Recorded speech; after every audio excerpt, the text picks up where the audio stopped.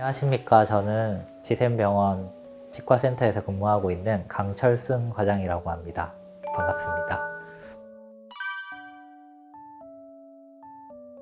식사를 하시다 보면 이제 음식물이 자연스럽게 입안에 남게 되는데, 그 음식물의 찌꺼기를 보통 플라그 치태라고 합니다. 치태가 이제 침이랑 반응을 해서 이제 남아있는 것들이 이제 딱딱하게 굳게 되면 그것이 이제 돌처럼 딱딱하게 변해서 치석이 되는데요.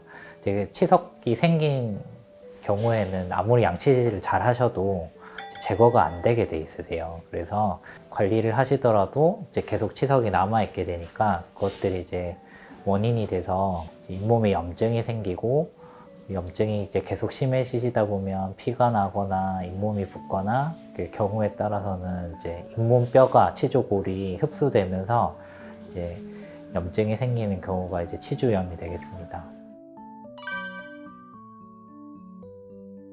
치은염은 이제 치은이 이제 잇몸이 되겠는데, 치은염 같은 경우에는 잇몸 표면에만 염증이 생긴 경우를 말합니다. 그래서 치은염은 누구에게나 다 어느 정도는 생길 수 있는 상태인데, 치은염에서 이제 더 진행이 되게 되면 치주염으로 이제 진행이 되는데요. 치주염 같은 경우는 이제 잇몸 염증뿐만 아니라 이제 아까도 말씀드렸듯이 그 안쪽에 있는 치조골까지 흡수가 되면서 이렇게 더 심해지게 되면 이제 치아가 흔들리거나 경우에 따라서는 이제 발치를 해야 되는 경우도 생길 수 있게 됩니다. 보통은 일반적으로 이제 잇몸에서 피가 나는 상태가 제일 일반적인 치주염의 증상이 되겠습니다. 그리고 잇몸이 이제 빨갛게 부어오르고, 경우에 따라서 이제 치석 때문에 이제 잇몸 염증 생기면서 입안에서 냄새가 나는 경우도 있고, 이가 약간씩 흔들리게 되다 보니까 씹으실 때 이제 통증도 생기게 되고, 경우에 따라서는 고름이 잡힌다든지 얼굴이 붓는다든지 그런 증상이 생기기도 합니다.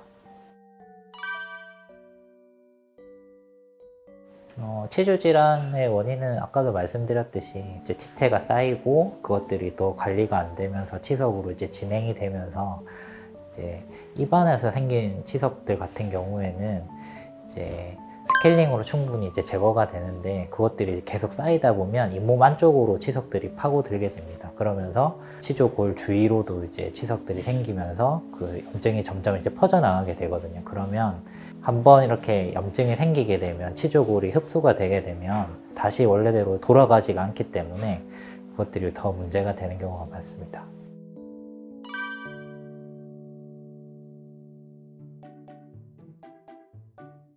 보통 일반적으로 당뇨가 있으신 분들 같은 경우에 이제 여러 가지 합병증으로 이제 고생을 많이 하시는데, 이제 잇몸 같은 경우도 이제 어떻게 보면 몸의 끝부분이다 보니까 혈액순환이 잘 일어나지 않으면 이제 염증이 잘 생길 수 있습니다. 그래서 당뇨 질환을 가지고 계신 분들 중에 제일 흔한 이제 합병증으로 또 치주 질환이 생길 수도 있거든요.